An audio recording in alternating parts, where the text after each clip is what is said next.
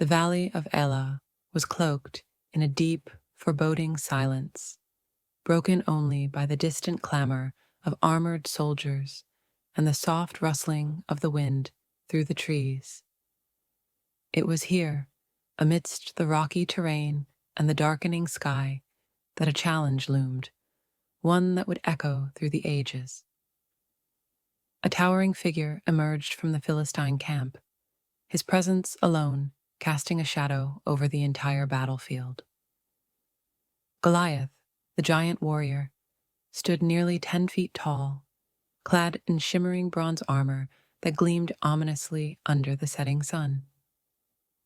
His voice boomed like thunder, reverberating across the valley as he issued his taunting challenge to the Israelites.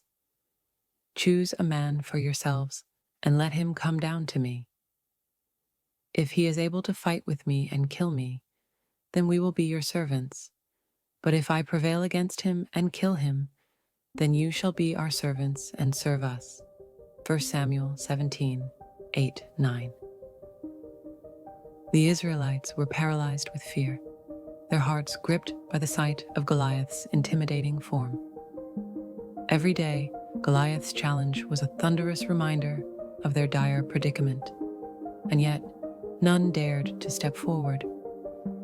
Amidst the crowd of terrified soldiers, a young shepherd named David approached the scene. David, barely more than a boy, had come to the battlefield to deliver provisions to his older brothers. His heart, however, was not consumed by fear. Instead, he was fueled by a fiery sense of injustice. David's eyes narrowed as he listened to Goliath's blasphemous boasts. With a voice steady and clear, David spoke up. "Who is this uncircumcised Philistine that he should defy the armies of the living God?" 1 Samuel 17:26. To David, this was not merely a fight for victory, but a battle for God's honor. David's words reached the ears of King Saul, who was initially skeptical. The king questioned the boy's ability to face such a formidable opponent. Yet, David's confidence was unwavering. He recounted his experiences as a shepherd, where he had protected his flock from lions and bears, demonstrating that his trust in God had equipped him for the task at hand. Despite Saul's hesitation, he ultimately agreed to let David face Goliath. "Go," Saul said, "and the Lord be with you." 1 Samuel 17:37. David tried on Saul's armor, but it was too cumbersome. Instead, he chose to face Goliath with nothing but his shepherd's staff, a sling, and 5 smooth stones he picked from a nearby stream. His preparation was not in traditional armor, but in his faith and skill. As David approached the battlefield, Goliath sneered in disbelief. "Am I a dog that you come to me with sticks?" 1 Samuel 17:43. The giant's laughter was deafening, but David's resolve remained unshaken. With unwavering faith, David declared, "You come to me with a sword, and with a spear, and with a javelin. But I come to you in the name of the Lord of hosts, the God of the armies of Israel, whom you have defied." 1 Samuel 17:45. David then took one of his smooth stones, placed it in his sling, and hurled it towards Goliath. The stone struck the giant squarely on his forehead, causing him to stagger and fall face down upon the ground.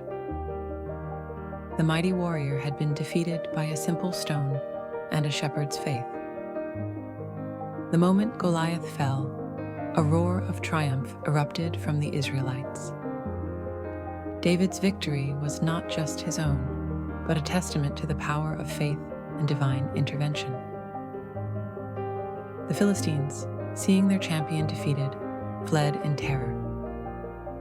David's bravery and trust in God had delivered his people from the brink of despair. David's triumph over Goliath became a symbol of courage and faith, reminding all who heard the story that with God's help, Even the most unlikely of heroes could overcome the greatest of challenges.